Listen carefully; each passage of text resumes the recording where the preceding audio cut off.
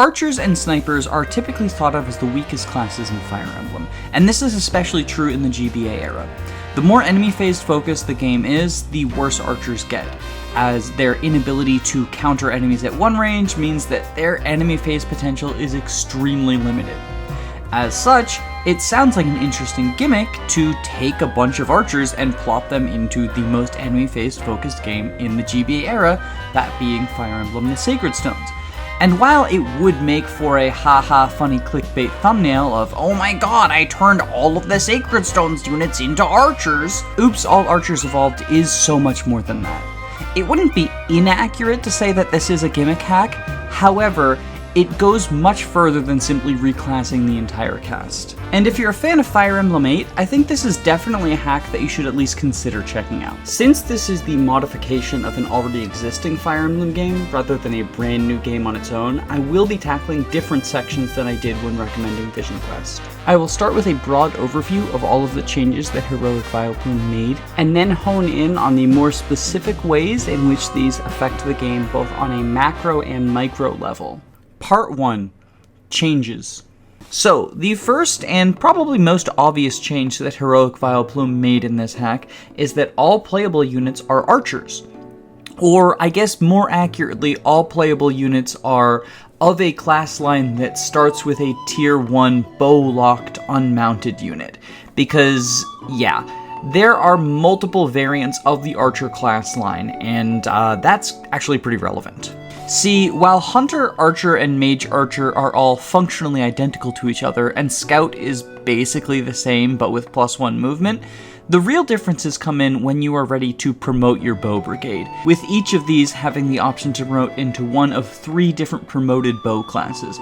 For example, Hunters have the option to go General, Wyvern, or Monster Hunter, which is a custom class that actually loses strength upon promotion but gains the Slayer skill, meaning that it is functionally just for killing monsters. However, there's more distinguishing the units than just what variant of archer they start out as each member of the cast has been granted a personal skill that can grant them utility outside of simple bow-based combat. Usually these personal skills have some sort of reflection on what the unit's role is in vanilla Sacred Stones. For example, Gilliam has Rally Defense, whereas Colm has Rally Speed, and Ross has Paragon. I really like this change because in the early game, before you're able to promote all of your archers, the units can feel kind of samey, and so these skills help them stand out from each other and still allow them to play separate roles in the army beyond just, this is a bow fighter with extra strength, and this is a bow fighter with extra speed, and so on and so forth. One other very significant change to the cast is that Natasha is an adventurer, making her a pre-promote. My assumption is that the reasoning for this is that you would have at least one staff unit for the early game, and also means that you don't have to make your first promotion into an adventurer just to have staffing for the mid-game. It does leave Natasha in a weird situation where, because she's not gaining a ton of experience, her stats are never going to go up, and she's probably going to be one of your worst combat units, but she's also the only staffer in the game, so she's incredibly valuable in the early and mid-game, and probably even the late game, because unless you are slowing down to grind, no one else is hitting warp. Now, in addition to the playable cast being changed, the enemy cast has been updated, replacing every single boss in the game with an archer through the ages, including some from Kagasaga. For the most part, this actually makes the bosses harder rather than easier, which is a weird thing to say about transforming all of the bosses in the game into snipers, especially since the majority of those bosses are stationary. This is usually due to either a change in the boss AI, an addition of skills that can make challenging them difficult, or personal weapons that allow them to retaliate at one range. It's not just the red units who get access to new weapons you wouldn't see in vanilla, however. Obviously, the Rapier and Regen Leaf get replaced with bow variants for our new bow-bound lords.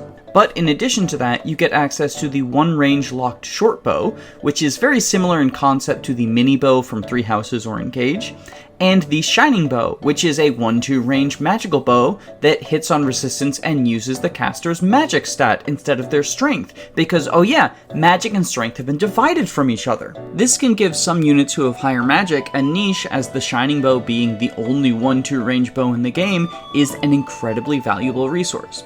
Now, I've gone on the record as saying that I personally think fixing bows by giving them access to one range is the wrong approach. However, in a hack where all of your unpromoted units are bow locked, I think it's kind of a necessary evil because otherwise you don't have access to one range prior to promotion. And it's also worth noting that the one range bows are an incredibly rare resource in the early game, meaning that you still feel like the majority of meaningful combat done with bows is at 2 or 3 range. It is also worth noting that the Shining Bow comes with the noticeable trade-off of not giving any weapon experience, so you have to decide whether 1-2 range is worth not building weapon rank. Overall, I like the majority of the changes and the way that they interact with each other. If I had to give one criticism, it is that there is a significant amount of Ephraim bias, with his personal weapon just being better than Erica's in multiple ways, his skill being better than Erica's, and his promotion gains being better than Erica's. Like, she loses out on her horse and he gets lances instead of swords. That just feels mean. Pour one out for the Erica route enjoyers like me. Except for not Village of Silence, fuck that map. Part 2. Overall impact. So, with the sole exception of Seth, who has access to swords, your early game squad is going to be bow-locked in Uppsala Archers. Obviously. This means that the way you approach early game maps will be pretty drastically changed, since you can't just throw people out there with hand axes and javelins in order to enemy phase a bunch of dudes. Early route maps in particular, like Chapter 2 and Chapter 4, get a lot trickier, because you have to make every single player phase action count. And before you get Natasha, your only form of healing is chugging a vulnerary, which is not super productive because you're not going to be retaliating on enemy phase most of the time. This means that capitalizing on situations where you can bait enemies into attacking you from 2 range, either over walls or at the edge of a mage's range, are crucial. This does also make appropriately leveraging the few skills that you have extremely rewarding and highly impactful. A great articulation of this in my playthrough was with Chapter 5X. Now, in vanilla, I find 5X to be a slog, an incredibly boring one. It's a long, windy hallway, you have 4 units, 3 of whom feel very samey to each other, and I don't find it particularly difficult or engaging to train Kyle or Ford in this map if I want to use one of them long term. Here, however, the lack of enemy phase meant that I couldn't simply brain dead my way through the hallway.